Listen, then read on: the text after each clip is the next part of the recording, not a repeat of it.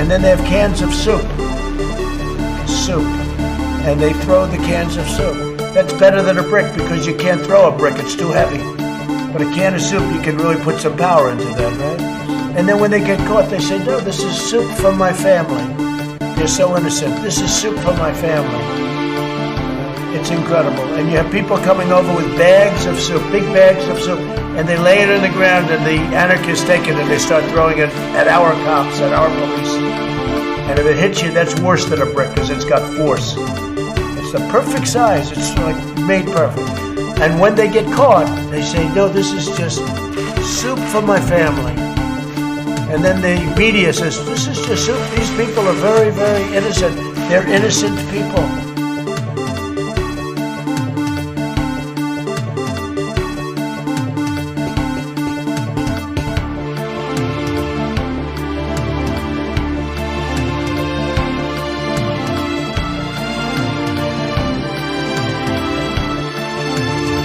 Why attack Sanders? Why? Oh, you're getting nervous, man. Just calm down. It's okay.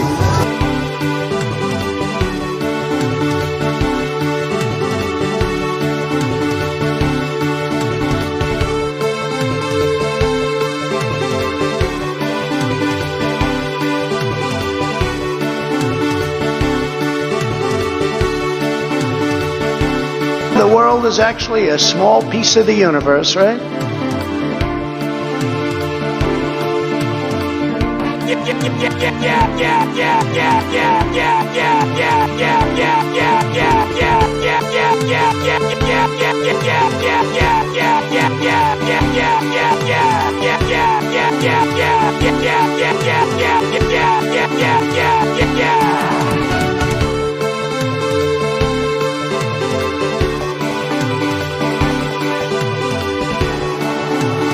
I would like to begin by addressing the heinous attack yesterday. Yesterday is a hard word for me. Just take it out. Heinous attack. Good. Take the word yesterday.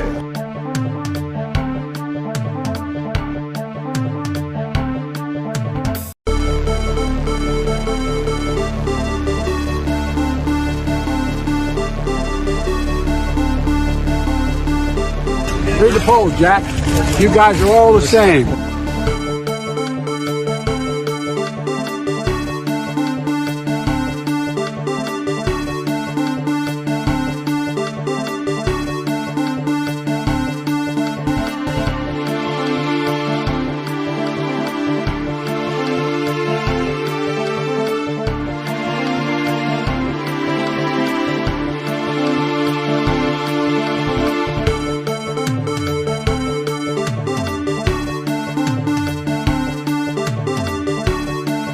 The world is actually a small piece of the universe, right?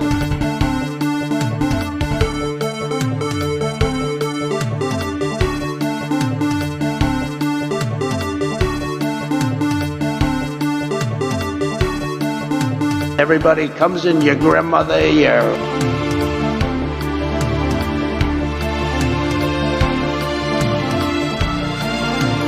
I am not up to the job. And I mean that sincerely. It's not like, whoa.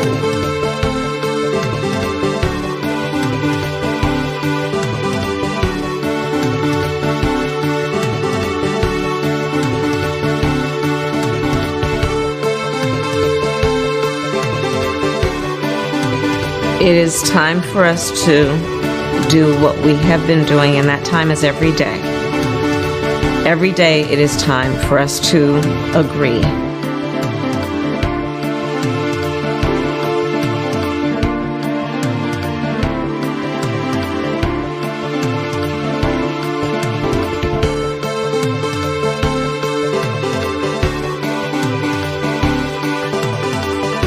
Look, talk about education.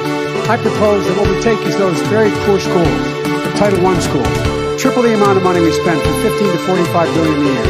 Give every single teacher a raise, an equal raise, getting out the $60,000 level. Number two, make sure that we bring in to help the teachers deal with the problems that come from home.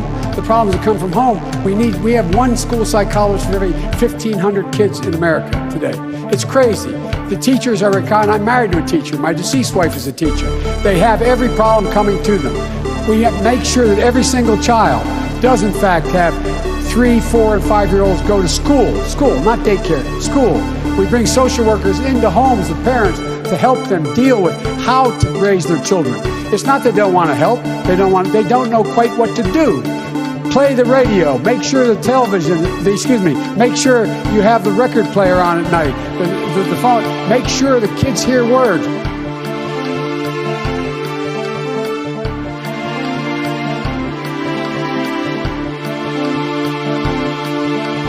That will enhance our underlying effort to accommodate the Russian oligarchs and make sure we take their ill-begotten gains. We're going to accommodate them. We're going to seize their yachts, their luxury homes, and other ill-begotten gains of Putin's kleptocracy.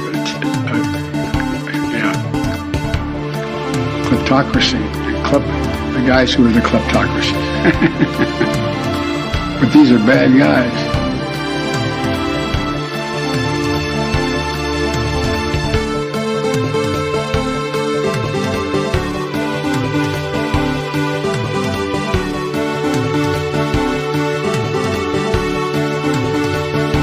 I don't know who created Pokemon Go, but I'm trying to figure out how we get them to have Pokemon go to the polls.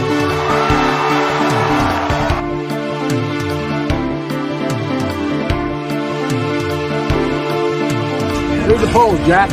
You guys are all the same. I went in yesterday and there was a television screen and I said, this is genius.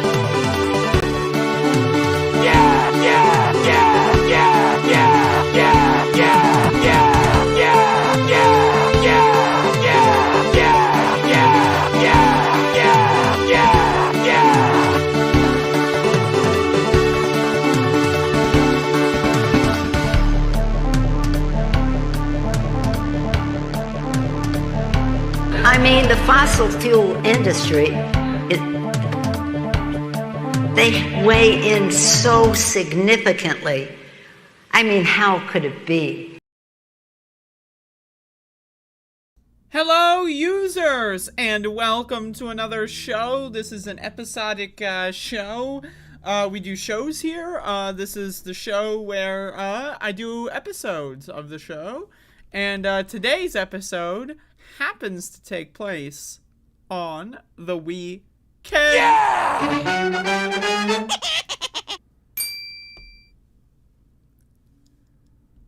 Got a show going on.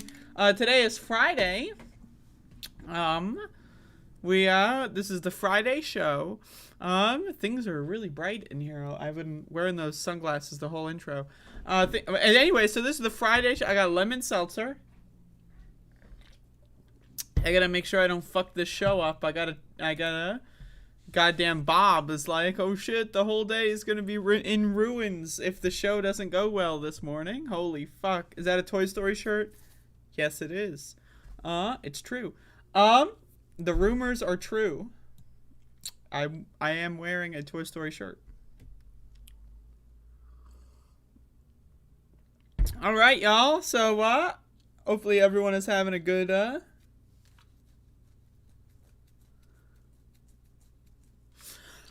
hopefully everyone is having a good day. This is a good stream for today. Good days, good streams, good days on the stream. So, I want to start today's program off by talking about a poll. Well, there was a new poll that came out that is polling a state that they're polling a state. So there's a state that exists in the United States of 50. And some of them have this weird law where weed is illegal. It's really strange. But in these states, one of them is Wisconsin, there are polls done.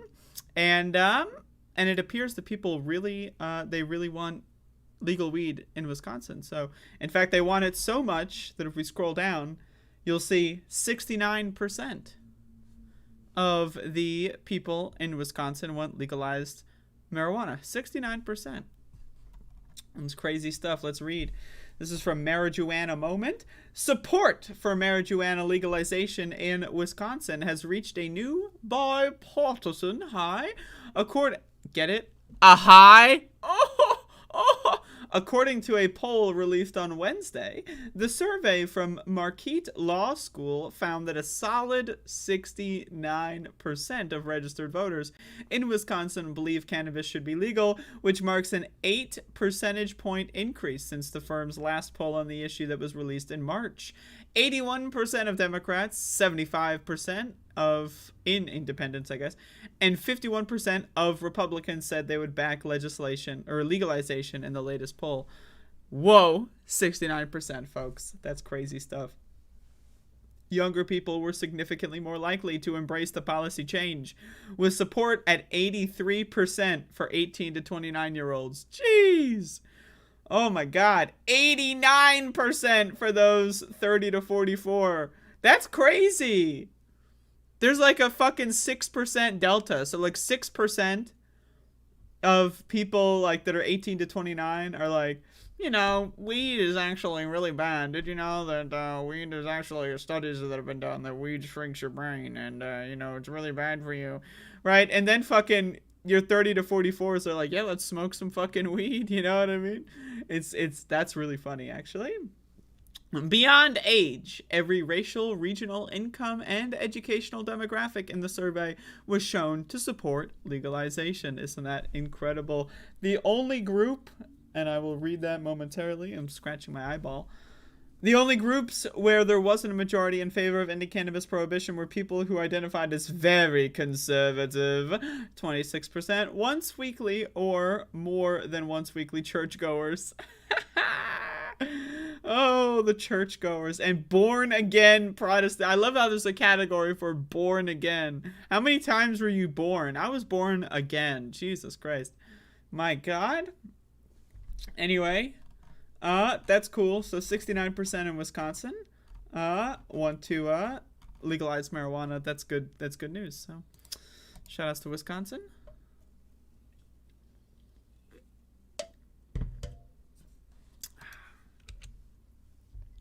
Matt Ocelot, God, I have a question. Like, what is your goal?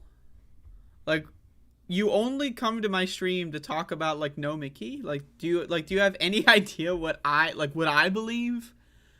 Do you have any idea about do you know who I am at all? Because like every single comment, you come here to talk about someone else. So it's like a really strange. It's really bizarre. But I'm just curious. Like, do you know anything about me at all? Woo! Folks, today is Friday. For those of you that don't know, and there may be a solid chunk of people that don't know, but for those of you that don't know, Friday is actually part of what's commonly referred to as, colloquially speaking, of course, the weekend. Yeah! So, as it is the weekend, I want to talk to you about the weekend. So tomorrow, I'm going to have a guest on the show. Tomorrow is Saturday, at least assuming tomorrow is Saturday. It's possible today is Thursday. Let me double check just to make sure. Okay, so today is Friday. Okay, so tomorrow, that would make tomorrow Saturday. And tomorrow, we'll have a guest on the show, according to reports, assuming nothing goes wrong. And the guest is an author of books, and I got the books right here. So we're going to be talking to Danny Goldberg on the show, who wrote Serving the Servant about Kurt Cobain, as well as this book, Bloody Crossroads, 2020. It's about politics and celebrities. So he's going to be coming on the show tomorrow. And at least assuming there's no destruction of, like there could be a hurricane, who knows. And so that should be fun. On Sunday, I'm also going to be streaming. I don't know what I'm going to be streaming, but Sunday is part of the weekend. And so I thought I'd mention that in the weekend debrief. But today is Friday, and so we're going to be doing a regular show today for Friday, because today is Friday. Drink some coffee. This is my second cup of coffee this morning. I woke up at around 7 a.m. Today. I'm trying to get back on my healthy sleep schedule. It appears that Mad Ocelot God did not respond to me, by the way. It's very unfortunate. It appears that they just posted a cringe chat message and then left immediately, which is pretty great. But anyway, I'm on my second cup of coffee, trying to get my sleep schedule back in order. I've been waking up at 9:30. One of the reasons why I do this show at 10 o'clock is a way to ground myself, and I have to get up before 10. You know what I mean? So that's one of the, people think, oh, why is your show so early? It's so that I don't fucking fall into depressive sleeping schedules. But anyway, so there you go. Have I heard the new Seattle supergroup? I know I have not, but maybe I'll look it up. All right, so we've got a show today. It's lined up. Let's talk about some sad news. I don't know if this is actually going to be sad, but it might be funny. And that's good for me. Folks, I want to tell everyone a sad story. And that is the story of Lynn Cheney. And you might be wondering, who's Lynn Cheney? Well, Lynn Cheney is the daughter of former Vice President Dick Cheney. Lynn Cheney did not run for office in Wyoming's at-large congressional district. Lynn Cheney came out as gay and had her entire family disown her. And that part of that disowning process happened by someone known as Liz Cheney, who also lost in Wyoming just now, last week. So here's from Politico. Democrats switched party registration in Wyoming. It couldn't save Cheney. So we need to just talk about this one, okay? The idea that you would be a Democrat and you would change your registration to Republican just to vote for Liz Cheney, and then Liz Cheney still got, what did she get, 28% or some fucking shit? Holy fuck. Wow. I mean, we talk about on this show, we talk about low IQ motherfuckers, but only the really, I hate to say this, but those with the lowest IQ. Crazy shit. Thousands of Wyoming Democrats left the party since July, likely spurred by calls to support Rep. Liz Cheney's uphill re-election campaign. Jesus fucking Christ, that's crazy. That's crazy. It didn't make much of a difference. Cheney, the Republican who put herself at odds with former President Donald Trump as vice chair of the January 6th committee, knew she had a difficult campaign against Trump-endorsed opponents. So she appealed across the aisle with a simple request: switch party affiliations to vote for her in the primary. But just 13% of registered voters in Wyoming are Democrats. I love that, by the way, 13%. That's nothing. So the number of party switchers made little impact. Cheney lost to Harriet Hageman by over 60,000 votes. Destroyed.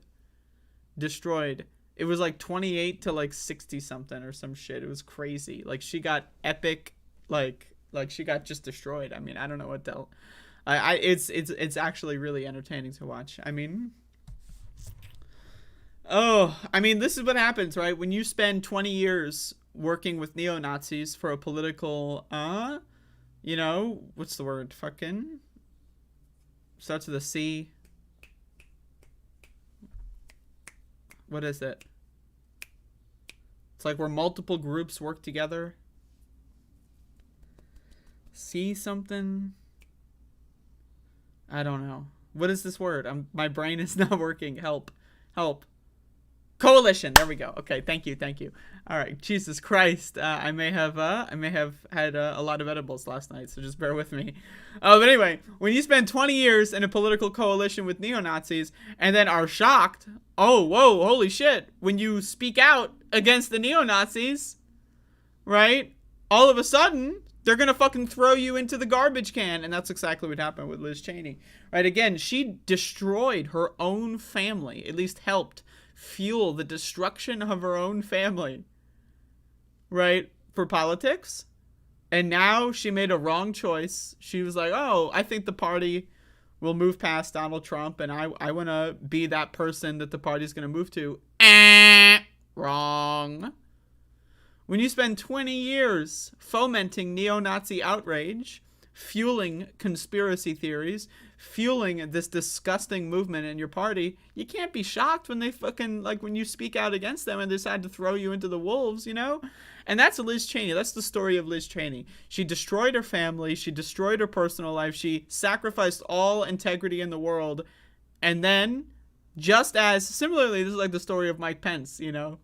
Being the vice president for Donald Trump and then having Donald Trump threaten to kill you just at the very end, you know? You work so hard for so long, and then at the very end, those motherfuckers are like, all right, let's kill these guys. Let's go. And it's like, whoa, holy shit, you know?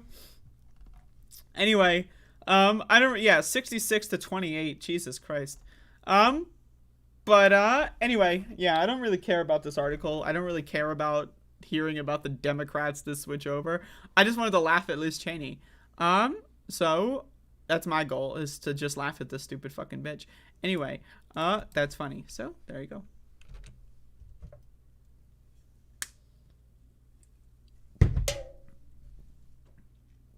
Goddamn coalition, man. That was scary. that was scary.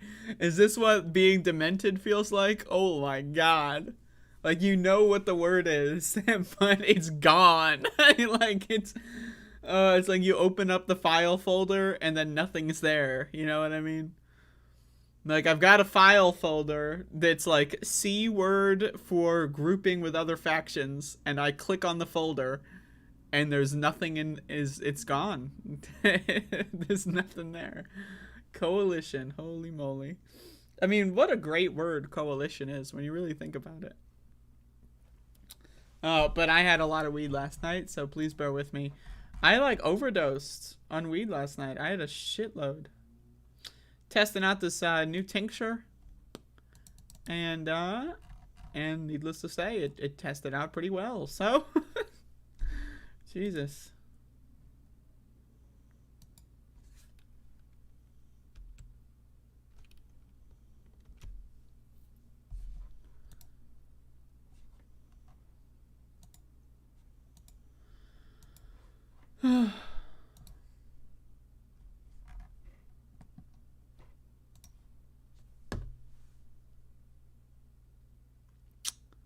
Goddamn coalition. Anyway, I got a candle on. Check this candle out. Whoa. This is the same sunset candle that I've been holding around. Look at this. Isn't that great? Like, don't you just love fire? Like, that shit's cool as hell. Damn. Yeah, I'm very skeptical of Delta 8 products. So, just throwing that out there.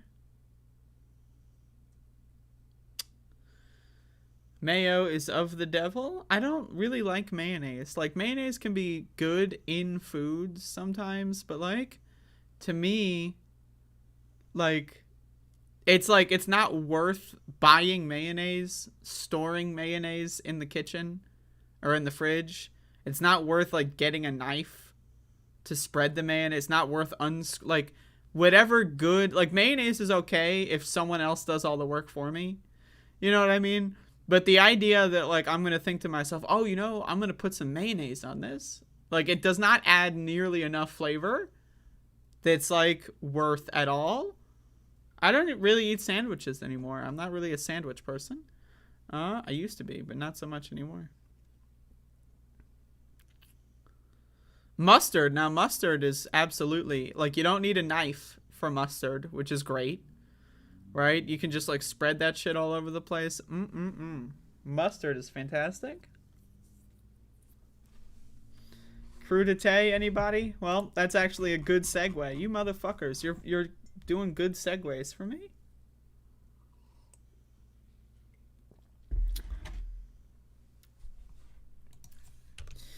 Anyway, let's talk about goddamn Pennsylvania. I don't live there, but let's talk about it anyway. PA Senate race no longer toss-up as Fetterman memes zero in on Oz's wealth.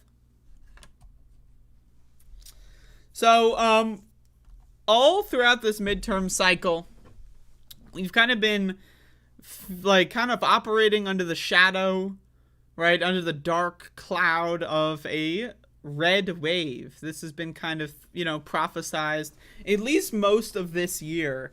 With Joe Biden having the Build Back Better Act, fall into pieces, and, be flown away into the wind, right? His approval rating in the dumpster for most of this year. COVID has killed over 1 million people. It's permanently disabling around 30% of the people that catch the virus. The CDC has given up on combating the pandemic. The one thing Joe Biden said he would handle when he got into office was COVID. He lied. COVID is worse than ever. We have more dangerous variants. They are more transmissible, and we have less protections, right? Joe Biden has been an ultimate failure of a president. And so because of that, and because of there's this weird conventional wisdom kind of stuff where it's whenever there's a certain, when Trump got elected the next midterm, there was the blue wave, and the same thing with Obama, and that's what these people say, the so-called geniuses. I don't think that is necessarily something that is a foregone conclusion, but for most of this year, the Democrats have been a party of garbage. I mean, the Democrats really have just been horrible for this whole congressional cycle. And, that's what makes this race so fun, right? Because John Fetterman's campaign has been really entertaining. It's providing that energy that a lot of people that, I don't really look to electoral politics for excitement, to be honest with you. If I see something exciting, I'll look into it, but I'm not putting my eggs in that basket, right? Needless to say, I'm not putting my eggs in that basket. But the John Fetterman race is really energizing a lot of people. And then of course you have the right wing with the Roe v. Wade reversal, which I don't know if there was a better way to time that. Maybe timing it so that it's right after Joe Biden was inaugurated maybe would have been better timing for electoral purposes. But it seems since the Roe v. Wade reversal, the Democrats aren't necessarily a foregone loss in a lot of instances with the House and the Senate. And one of the big ones, again, one of the big races that people are turning to is Oz versus Fetterman. Fetterman is kind of providing that national example to everyone else about how to run a campaign and how to do it really well. And so I want to read this article here. I've been covering John Fetterman's campaign for a little bit now, and it's just very entertaining. The guy's a meme lord. Now, I will say the veggie tray thing, I just got to say this again. Veggie trays, you don't get that many vegetables. You're going to get 3 stalks of celery, 2 baby carrots, and dip with high fructose corn syrup in it. Say no to veggie trays. Okay, just throwing that out there. But anyway, in Pennsylvania's contentious Senate race, Democratic nominee Lieutenant Governor John Fetterman is hitting his Republican rival Mehmet Oz where he lives. Fetterman took aim on Wednesday at the number of houses Oz owns, using the celebrity, doctor, and TV personality's 10-property portfolio to paint him as a wealthy carpetbagger who is out of touch with average Pennsylvanians. Quote, "I've never spoken to a PA resident who doesn't know how many houses they have, let alone be off by 8. I mean, again, just the way that John Fetterman constructs his sentences, you know what I mean? There's a level of just genius to it. The way that he just spins the words, the order that he says the words in, his delivery of when he pauses, there's something about it that's just really good. Fetterman quipped on Twitter after Tuesday report by the Daily Beast that Oz owns 10 properties, far more than the 2, quote, legitimate houses he claimed in an exchange with a Democratic operative during a recent public event. Oz defended himself by saying he purchased his houses with his own money. a swipe at Fetterman, who relied on significant financial assistance from his family until becoming lieutenant governor in 2019. You lived off your parents until you were almost 50. Regular people don't mooch off their parents when they're 50. Get off the couch, John, Oz tweeted. He replied to Fetterman in a follow-up tweet that he had 10 properties but 2 homes, which he said he disclosed when announced his candidacy.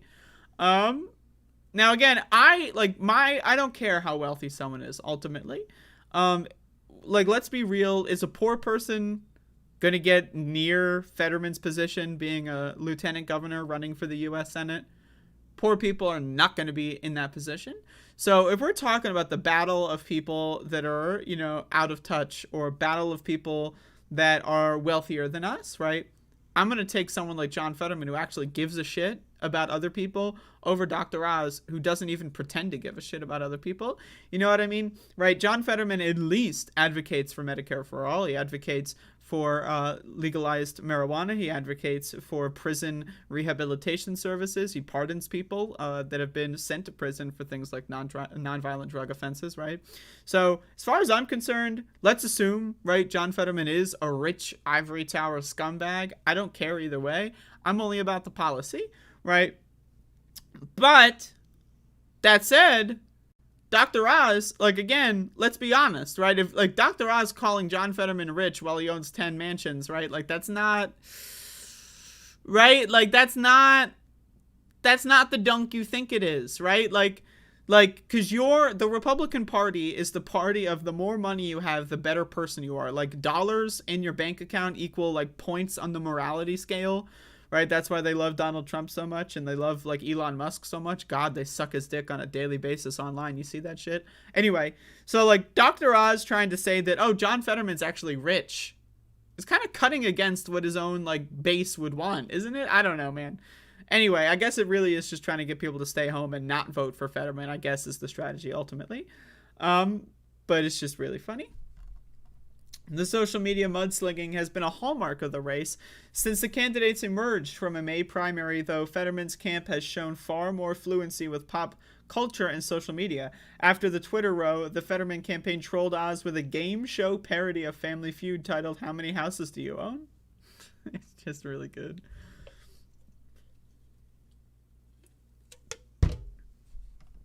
The social media spat comes as new prognostications show that the tight race is drifting in Fetterman's favor. On Thursday, the nonpartisan Cook Political Report shifted its rating of the race from toss-up to lean Democrat.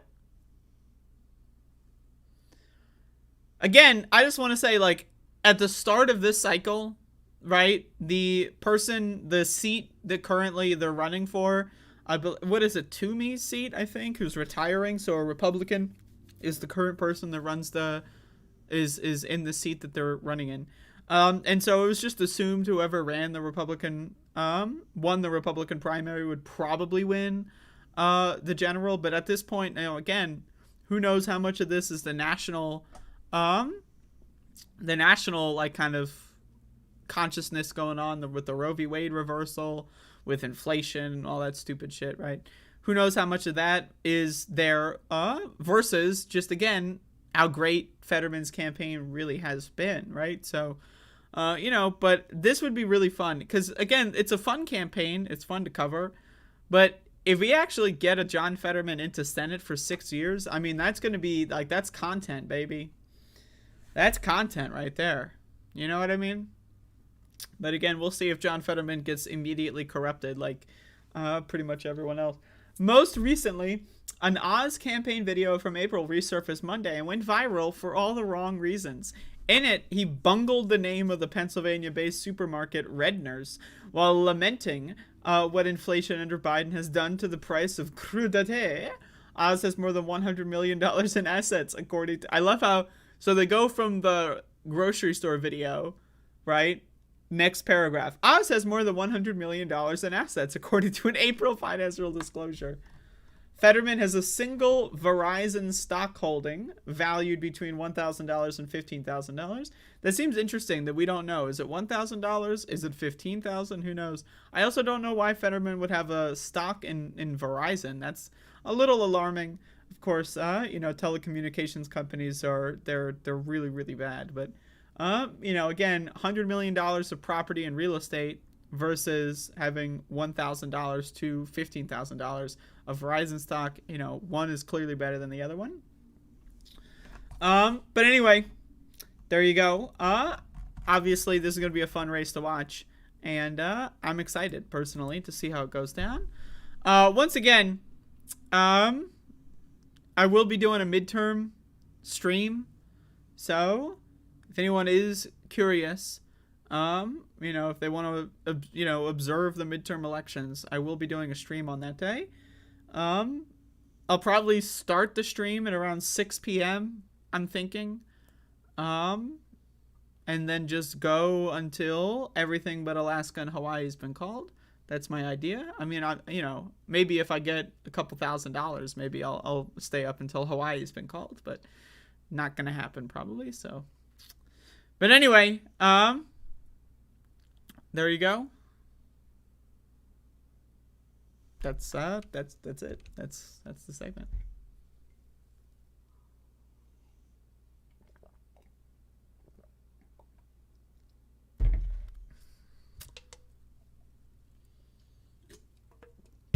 What the hell is granidissimo? What the hell are you talking? My pillows? It's going to materialize out of nowhere and eat my pillows? What is it? Stephen King's It? Because that's some crazy shit. How's everyone doing today? Give me a vibe check.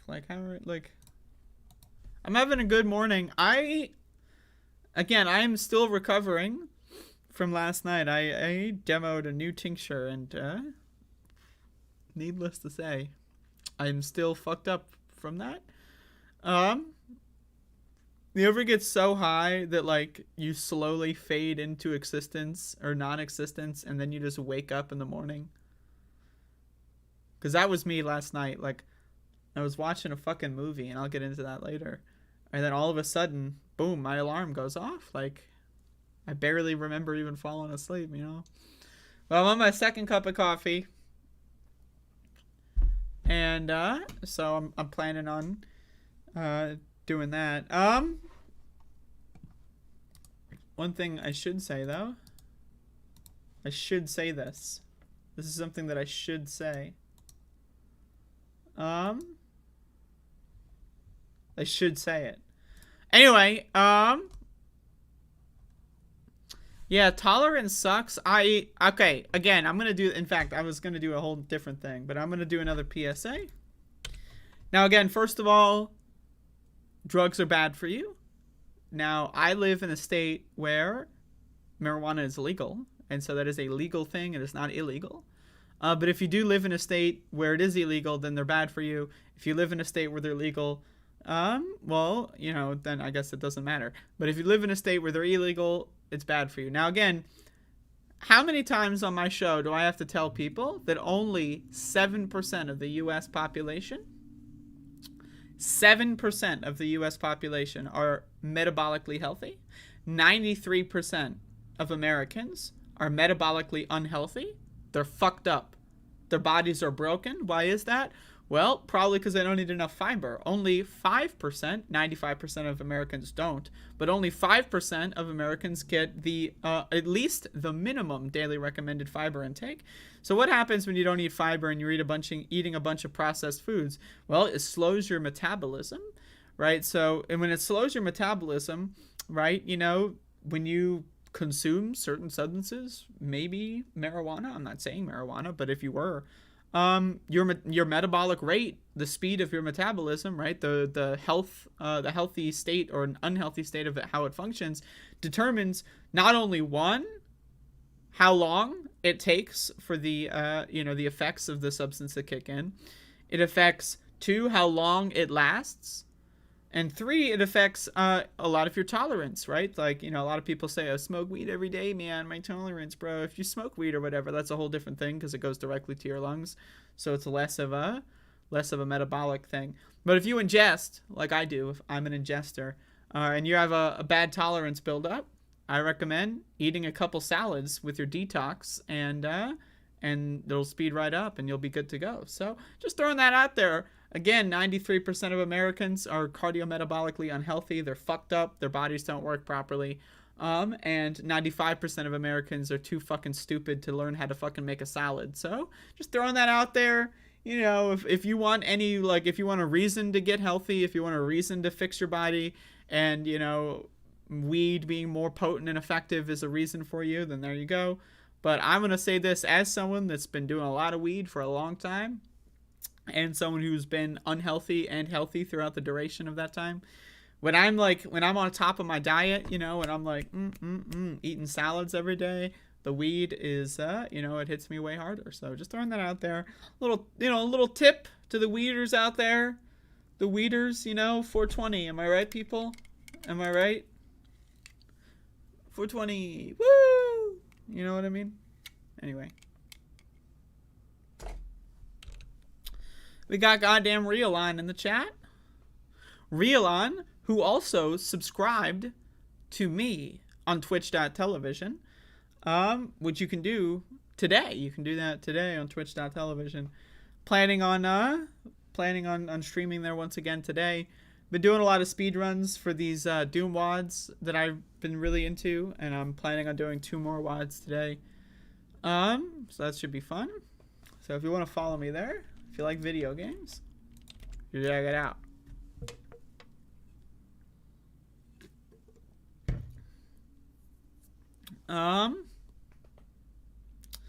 Morning meetings are over. Not good. Oh, that's no good. What's wrong?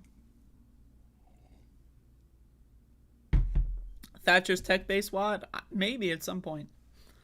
Yeah, so I'm still trying to learn the Twitch thing. I'm not sure how sub goals work. But I think I put in a sub goal on Twitch. So if anyone knows how they work, and can you tell me if it pops up anywhere? Isn't Doom a really old game? Of course, Saul. Come on now. LMAO, I'm toking right now. Well, that explains your previous chat behavior that was really strange and bizarre. Yeah, I don't smoke weed anymore. I don't vape weed often. Because to me, like, the lung damage is just not worth it. Like, smoking really fucks my lungs up pretty bad. Vaping not as bad, but still, so I firmly am in, like, the ingestion only period right now. So the only time I would smoke would be, like, in a social setting. But since the pandemic started, I'm not really into that as much as I used to be.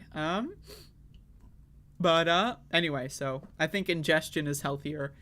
It's healthier. It's better. You get more out of it. Like, when you smoke, motherfucker, you're destroying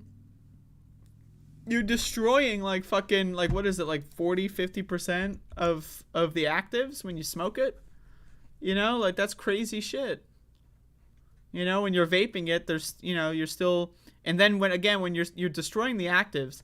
And then also, like, unless you're smoking 100%, like, every time you take the cigarette away, it's still burning, right? So you're still, like, wasting the actives there, too. So anyway, that's why I prefer ingestion.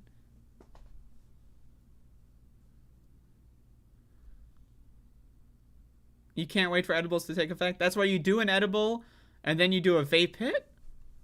You know, you get that, you preload yourself. That way you're good to go right now. And then you just ride it out. That's the other thing too. Like, the other benefit of smoking is that smoking is cool. But like, it's not that cool. You know, but like, there are some contexts where I could consider smoking just for the cool factor. You know, like, you know, if I were to do like a video or something and I wanted to be cool in the video, and I wanted to, like, wear sunglasses and smoke the weed or something, I would consider doing that, you know, like, just leaning against, you know, a 7-Eleven smoking weed with sunglasses on, you know, that there's a cool factor.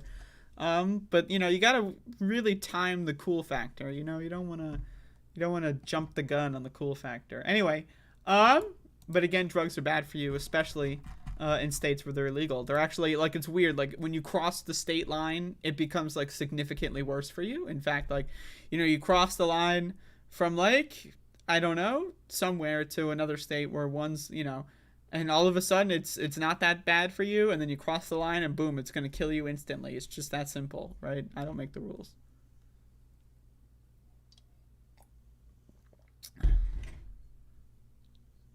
Well, Alicia, I think you need to eat more fiber.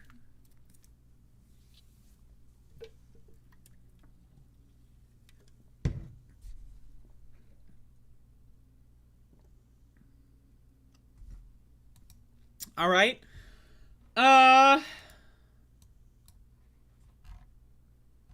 Speaking of states that just suck. North Carolina. It's a garbage state. A lot of the people, I would say a good chunk of the people, if not a majority of people that live there, are just trash. The politicians from North Carolina, I'd say a good 90% of them trash, right? The judges in North Carolina, trash, right? It's just a garbage state. Let's be honest. It's one of the worst states I've ever seen. And I say that having lived there for a while. It's a piece of fucking dog shit state. But anyway, so the state proving once again how bad it is. North Carolina judge upholds state's ban on abortions after 20 weeks. Oh, isn't that great? A U.S. district judge in North Carolina overturned an injunction that allowed women to have an abortion after 20 weeks. U.S. District Judge William Osteen reinstated an unenforced 20-week ban with exceptions for urgent medical emergencies. Again, I need you to understand, exceptions for the life of the mother or whatever, that doesn't mean anything, because you're going to, like, if you're going to get charged with murder, right, or you're going to get charged with abortion, whatever it is technically, no matter what. And the exceptions, right, you have to prove to a court, you have to prove to a jury in some instances that you would have died but for the intervention of the doctor to abort the fetus, right? How do you prove that? How do you prove that? It's not as easy as, like, the doctor just going up there and saying, oh, well, you see that there's a hemorrhage here and there, and then, you know, like, you know, the only way to stop the hemorrhaging was to go in there and, like, blah, blah, blah. Because people on a jury, you think a jury of your peers are going to know what the fuck that means? You know what I mean? Right? So, just, I need you to understand the exceptions thing. It really doesn't mean anything in the real world. People that are going to be safe because of these exceptions, in some theoretical sense, they're still going to have to go through court battles for years and years and years to prove that their miscarriage was, you know, resolved because, or, you know, some stupid fucking crazy shit. So I need you to understand that, right? I really need you to understand that. The exceptions, in some areas, exceptions are worse than no exceptions because they're going out there and parading. See, we're not devils. We're all going to have exceptions here. We're not evil, right? You know, we think that there should be some exception, but, like, in reality, in enforcement, it's a non-thing. Because then a doctor is going to know, if I save this person's life, theoretically, I'm going to go to jail if my reason isn't good enough, right? And so they're going to be less lenient on actually saving people's lives because they don't want to go to jail just for doing their job, right? So anyway, just throwing that out there. After he said the landmark U.S. Supreme Court decision to overturn Roe v. Wade erased the legal foundation for his 2019 ruling that placed an injunction on the 1973 state law, neither this court nor the public, blah, blah, blah. Republican General Assembly leaders had urged Osteen to restore the ban in a July 27 friend of the court brief. I love that, friend of the court brief. Yeah, we're all friends, you know. You're supposed to be an impartial judge. Well, just so you know, the Republican Party is your friend, and we're going to just brief everyone on how we're such great friends, you know. Before Osteen's ruling, abortions were legal in North Carolina until fetal viability, which generally falls between 24 and 28 weeks of pregnancy, or in certain medical emergencies. Osteen's ruling will likely add fuel to an already contentious midterm election year after the Supreme Court's blah, blah, blah. Anyway, so obviously, well, I guess it's not obvious if you don't know, North Carolina does have a Democrat governor, and so any further restrictions getting into place, like the time reducing from 20 somewhere else, is unlikely unless someone can oust Roy Cooper. All right, I don't think Roy Cooper's going to run again. I'm not sure, but anyway, so we'll see. But North Carolina, again, they're laying all the groundwork. All they need is a Republican governor, and they're going to go full fascist. Trust me. The people that live there, the politicians there, are fucking insane. Those are some insane motherfuckers. Insane in the membrane, folks. But just another state that's just garbage, you know?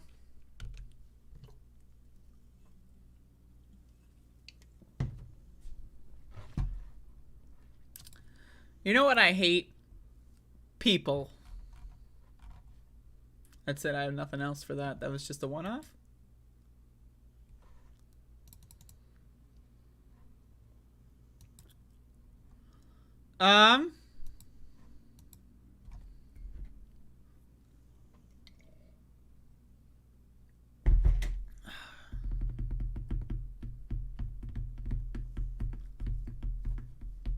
All right.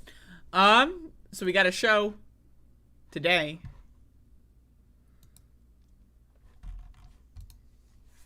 Let's talk about judges more, because I love to judge the judges.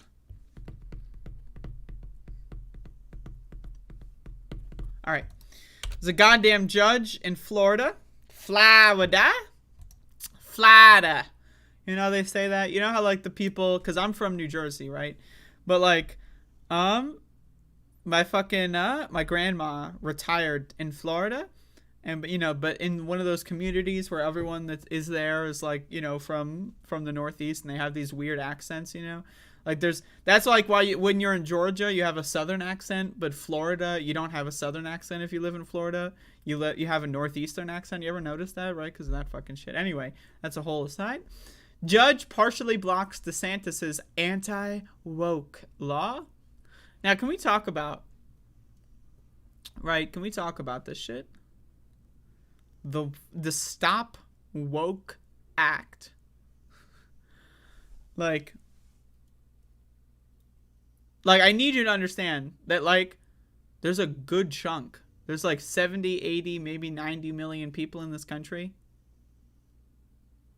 that, like, they hear the words, the collection of 3 words in quotes, the Stop Woke Act, and they hear that and they go like, oh, and then like an American flag materializes behind them and they just start praying to God about their country, right? Like, the act is called the Stop Woke Act, okay? And woke is capitalized. I need you to, like, that's not English. That's not English at all, okay? There is no, okay, we're going to stop woke. Is woke like a proper noun? Is woke a person? We're gonna stop woke, folks. Woke what? Like, in English, woke is typically used as an adjective, right? In this instance, it's not, right? It's just stop woke. Woke what? Woke schooling? Woke policing? You know, woke history? Just stop woke. And 80-ish million people in this country hear that, and they're like, oh, God bless America, we're going to stop the woke. Anyway, so a judge blocked parts of this bill, or this law. It's a law, by the way. Like, if you go to the Florida law books, you will see several pages dedicated to the Stop Woke Act of 2022. Fuck! It's so funny. All right. A federal judge in Florida on Thursday ruled that a law pushed by Florida Republican Governor Ron DeSantis restricting conversations around race in schools and the workplace is unconstitutional. Oh, you don't say. You don't say. Telling people what they're allowed and not allowed to talk about on their own time at work is illegal? Whoa. In a 44-page ruling blocking enforcement of parts of the law, U.S. District Judge Mark Walker said Florida's Individual Freedom Act, IFA, better known as the Stop Woke Act, the Stop Woke Act, I just can't. It's so stupid. Discriminates on the basis of viewpoint in violation of the First Amendment and is impermissibly vague in violation of the 14th Amendment. The law, which took effect on July 1, is a key component of DeSantis' war on woke ideology and was intended to prevent teachings of mandatory workplace activities that suggest a person is privileged or oppressed based necessarily on their race, color, sex, or national origin. Like the same people that are like, we have moved past racism, right? If we have moved past racism, motherfucker, why would you need to put a ban on talking about racism? You know, like, it's just a little strange, right? I don't quite understand it. 2 Florida-based employers who want to require their staff attend diversity and inclusion trainings, and a consultant who provides such instruction requested the injunction on the portions of the law dealing with corporate trainings. Imagine your job is like teaching people about diversity or whatever, and then like the Stop Woke Act basically destroys your whole industry. That's hilarious, man. Like, there's so many layers to that. Walker said the law is upside down when it comes to the First Amendment because it allows the state to burden freedom of speech. If Florida truly believes we live in a post-racial society... Oh, they're going to say what I said. I was like, okay.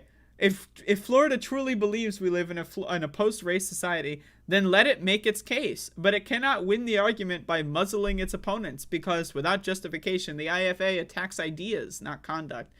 You can't attack ideas. You know what I mean? Like, it's the...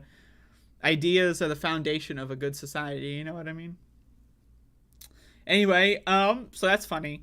The fucking, again, the Stop Woke Act. I just can't with the Stop Woke Act. The Stop Woke Act. Like, imagine hearing the words Stop Woke Act and not laughing. Like, I just can't. Like, oh my God. It's fucking funny. Jesus Christ. Anyway, so this guy's a dumbass, and that's cool. Good news.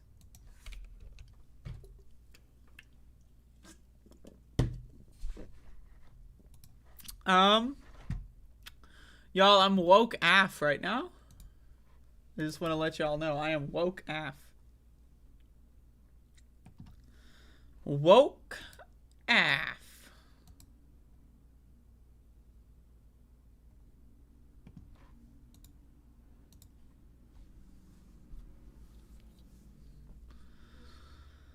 God damn. All right.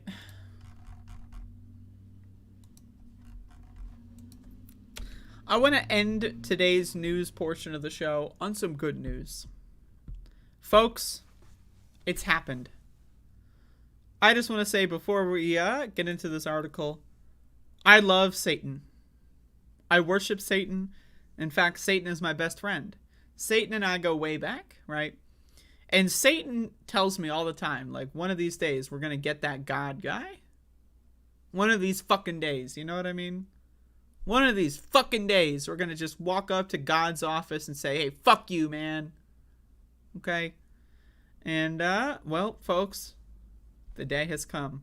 That's right. In Texas, the Bible has been banned. The Bible has been banned. The Satanists have won. But you might be wondering, Texas banned the Bible? Surely this must be a mistake. And you're right, it is a mistake, and it's a great one at that. Texas school district pulls over 40 books, including the Bible, from shelves amid review. The Bible has been banned. It's happened. A Texas school district is pulling all books from library shelves and classrooms that were challenged by parents, lawmakers, and other community members in the last year, including the Bible. The day before students started back at the Keller Independent School District, which serves students in the Fort Worth suburbs, Jennifer Price, the executive director of the curriculum and instruction, told principals and librarians to remove 41 books while they undergo a review, according to an email obtained by the Texas Tribune. Some of the books included in the list are all editions of the Bible, a graphic novel adaptation of Anne Frank's diary, The Bluest Eye, by Toni Morrison, and Genderqueer, a memoir by Maya Kobebi. The Tribune reported Kobebi's book tops the American Library Association list for most banned books in 2021. I gotta write a book like that just says like how to become trans in the United States if you're under the age of 19. Like I'm gonna write a book like that. Like the easiest ways to become a trans trender in the USA under the age of 19. And the whole book will be about how to, do DIY when you're 18. But like people are gonna read under 19 and then they're gonna freak the fuck out. That's gonna be my strategy. Then you're gonna see my book in these articles. Anyway, attached is a list of all books that were challenged last year. By the end of today, I need all books pulled from the library and classrooms. Please collect these books and store them in a location, like a book room or an office. Price wrote in the email on Tuesday. Students return to class Wednesday after summer break, according to the district's website.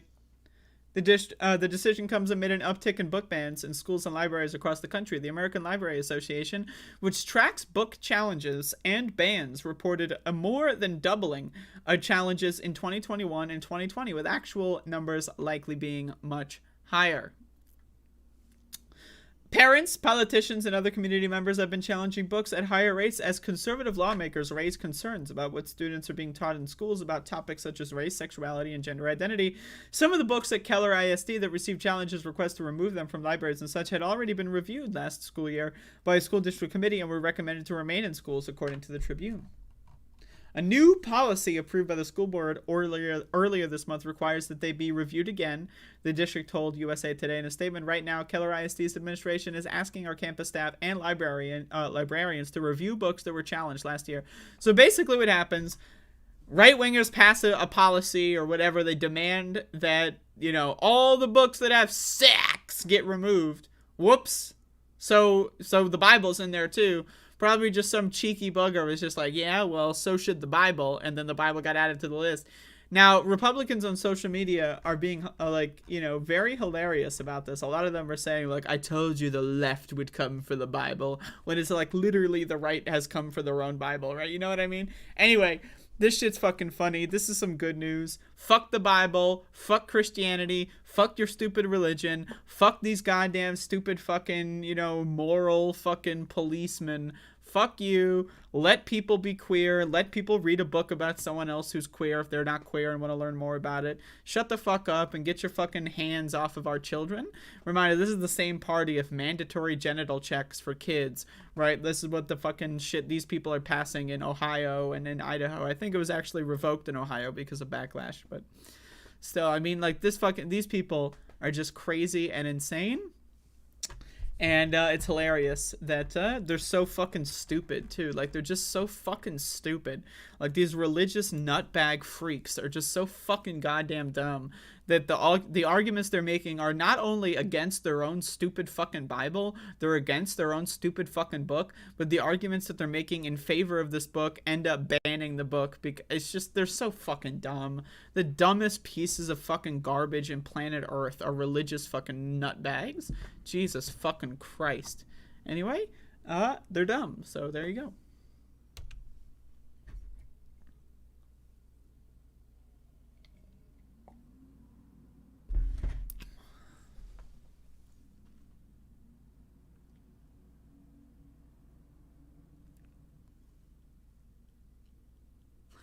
You ever get crust on your lips? What the hell is this? Is this a crust?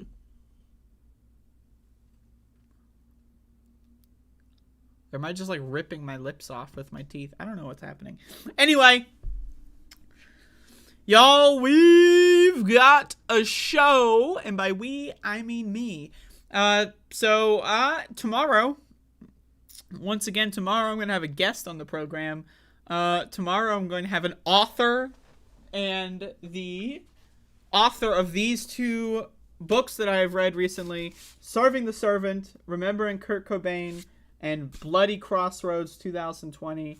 What's the subtitle in this? Arts, Entertainment, and Resistance to Trump. So former Nirvana manager Danny Goldberg coming on the show tomorrow. And we're going to discuss both of these books. And I don't know how long it'll be. Probably minimum 30 minutes. And then we'll see what happens after that. But there you go. That's going to be fun. Tomorrow, of course, the show is at 12. 12 Eastern time in the United States, the Eastern time zone. Are we in daylight time or Eastern? I don't know what the fuck. I don't know. Are we in daylight time or Eastern time? What is it? It's Eastern time and then Eastern daylight time, right? What the fuck? Anyway.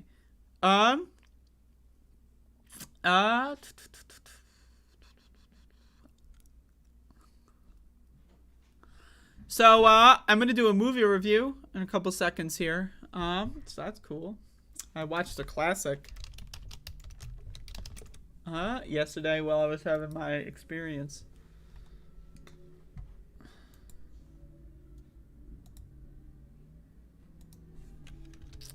It's like a loud noise going on outside. There's like some vehicle that's causing some really loud noise.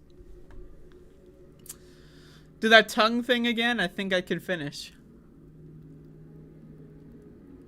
Alright. Just go and rewind it if you need it. And then you can slow it down on like 0.25 speed. So that should give you enough time. Yeah, you hear that noise? What the hell? There's like some vehicle. It's like a vehicle in my vicinity. A vehicular vicinity. VV. Anyway,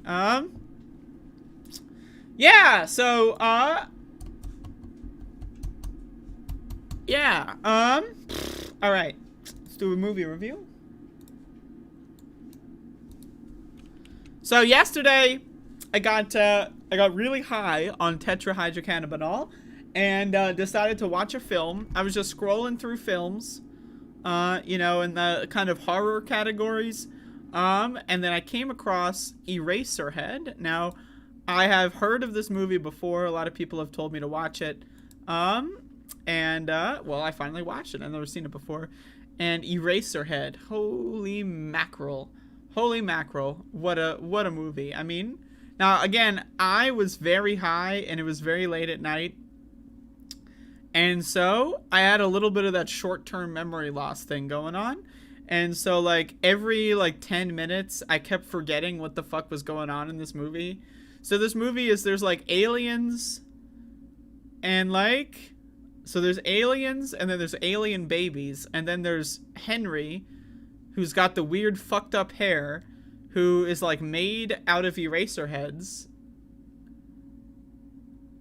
I don't even, like, what the fuck? I don't know what the hell is going on in this movie. I mean, but it is a visual masterpiece of an experience, right? Like, this is a movie that I don't know if you can review it. Like, what is there to review in this movie? Other than saying, hey guys, I watched Eraserhead. That was cool. You know, like, this is a movie that, like, if you haven't seen it, you just have to go see it. Like, it really is that simple. Like, if you haven't seen it, I saw it on HBO Max. And so, you know, if you haven't seen it, go watch it.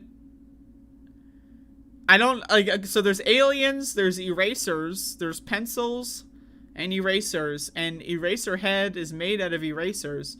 But he's also an alien, but he's also Henry, who's also Eraserhead, who's also, like, he, like, impregnated some bitch, and then the bitch gave birth to an alien, and he's an alien. But is she an alien? She might be an alien. What the hell? What a movie. I really... I'm trying to, like, figure out how to describe this. But it's really bizarre, and it's fascinating. Now, I don't know if it's, like, it's possible that, it, like, you know, it's, like, they're not aliens, but it's like, you know, there's something on the inside or some shit. I don't know. I have to watch it again. Like, I have to watch this movie again. This is a movie that I want to watch on shrooms. I should have watched it on shrooms anyway, but I didn't do any yesterday. But it was so incredible to, like, just watch. Just to, like, watch. I don't know what that noise is. I'm sorry if that's ruining my fucking, you know, I don't know what the hell is going on over there. Fuck you, man. Anyway, the movie is so incredible. Like, in the way that, like, the character's head keeps popping off, and that scene where the head, like, falls off and, like, rolls around, and it's like a model head. Like, I don't even, like, this is a movie. I mean, it's a movie, and you gotta watch it. I really, like, there's nothing else I can say. You just gotta watch the movie. It's that simple. Have you seen Eraserhead? It's a flowchart, okay? Have you seen Eraserhead? If yes, then that's great. Like, and you're a member of the elite. Have you seen Eraserhead? If no, then watch Eraserhead, and then it goes back to the yes category. Like, you're a member of the elite. You know what I mean? Like, you're an elite human. You're a cultural mastermind. You have watched Eraserhead. And goddamn. And then there's like that guy, like, who's got like the fucked up face and the teeth or whatever. I don't even know what the fuck's going on with that guy. Jesus Christ, what a movie. Holy shit. I'm sorry if I'm not doing this movie justice, but I don't know how. Like, I'm trying to think of what to say. I'm trying to, like, the way, like, I love the intro, whereas this guy's fucked up face, like, transparent with the moon, like, with, like, the weird, like, creatures, you know? Like, that shit was just, like, the cinematography with the wide shots, right? Like, it's just, there's very little dialogue in this movie, but each piece of dialogue, like, it's just so strange and bizarre that it's, like, really, it's just a good movie. The sounds, like, that's the other thing, is I was really high, and the sound was, like, really bizarre, because, like, every scene has this, like, really loud sound, but it's a different sound. And then, like, there's the scene where there's, like, the puppies or whatever, but you don't know they're puppies for, like, the first 2-3 minutes of the scene, and then the camera looks at the puppies, and it's like, oh, right, oh, okay, that noise is puppies. Now that makes sense to me. You know what I mean? Like, wow, what a movie. What a movie. Wow. Is it a good movie if not high? I don't know why you would ever not be high when you're watching a movie like this, but I guess, yeah, it's just a good movie. But anyway, there you go. It's Eraserhead. It's instant classic. What is it, 1977? I don't know. I think. But wow, incredible. It's also black and white, but like, I know some people are weird about that, but shut the fuck up if you are. You know, those people that were complaining, why is Better Call Saul's ending in black and white? This is so lame. And it's like, really? I mean, really? Please shut the fuck up. Anyway. Wow, what a movie. I mean, Jesus. Holy moly.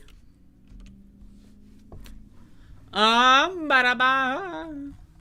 All right, y'all. Motherfucking Q-cock. Questions, comments, or concerns?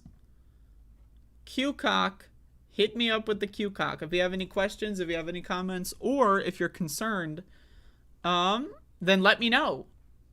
Let me know why you're concerned. Let me know why you have questions, and then ask me those questions. And then let me know if you have any comments as well. So we're in the Q-cock portion of the program. Have I been flossing? No, I have not. I'm sorry. Please don't tell anybody. Will we be extinct in 20 years or 50?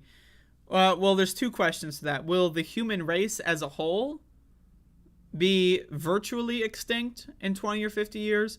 Or will the human race as a whole, including me, be extinct and not virtually extinct in 20 to 50 years? I plan on being the last human on Earth. That's my plan. So everyone but me, I'm going to say 25 years.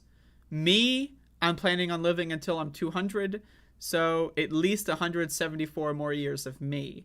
And, you know, again, I don't know. Maybe I'll choose not to restart the human race. You ever, like, wonder if you're the last human on Earth, you know, and you, like, you know, you got, like, embryo, like, tube things, right? So you can restart the race.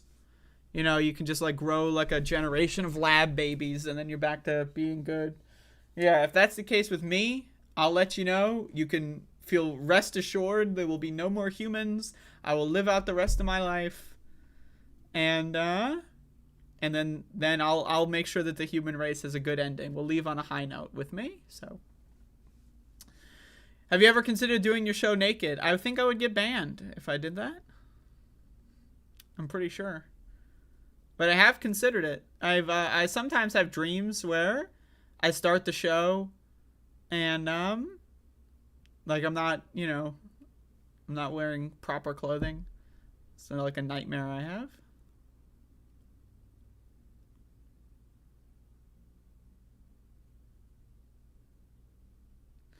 But anyway, there you go. I don't think I really have any more to get into today. Twitch hot tub stream when? What are the rules on Twitch when it, like, is it like just no nipples? Because, you know, if that's the case, then, you know, I can maybe play that game a little bit. I don't know. Reminder to subscribe to me on twitch.television. I have a subscription button on twitch.television. And you can use the subscription button. I'm not gifting anybody anything, so. But anyway, I have a goal up there now. I don't know how or when it's visible, but go check it out. And there you go. What am I gonna eat today? Probably leftovers. So, what leftovers, you might be asking? Can't be spoiling future episodes of Cooking with the Bitch, can I? Lynch's films require full attention. I agree. Like, it's one of those things where every frame is, like, conveying such incredible information, you know? Anyway, I'm gonna blow this candle out. The smell. Do I like men? I love men. I think men are pretty great in general, but there's a lot of men that not so good, I will say. But anyway, that's it. Thank you all for watching. I will see y'all tomorrow, and everybody have a great rest of your day.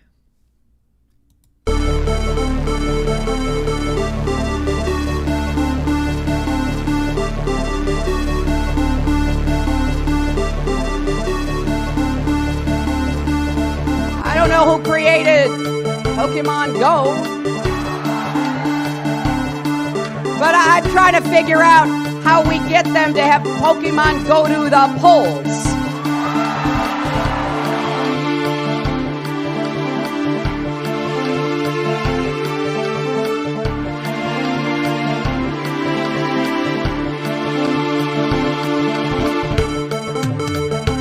And then they have cans of soup. And they throw the cans of soup. That's better than a brick because you can't throw a brick, it's too heavy. But a can of soup, you can really put some power into that, right? And then when they get caught, they say, no, this is soup for my family. They're so innocent. This is soup for my family. It's incredible. And you have people coming over with bags of soup, big bags of soup, and they lay it on the ground, and the anarchists take it and they start throwing it at our cops, at our police. And if it hits you, that's worse than a brick because it's got force. It's the perfect size. It's like made perfect. And when they get caught, they say, no, this is just soup for my family. And then the media says, this is just soup. These people are very, very innocent. They're innocent people.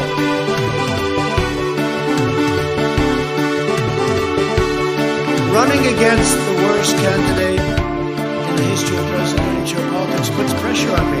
Can you imagine if I lose my whole life? What am I going to do?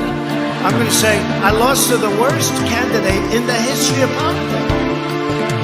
I'm not going to feel so good. Maybe I'll have to leave the country. I don't know.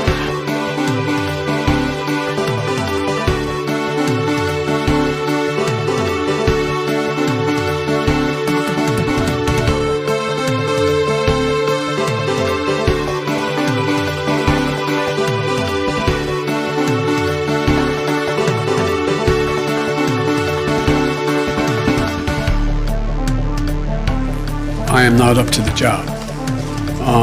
And I mean that sincerely. It's not like, whoa,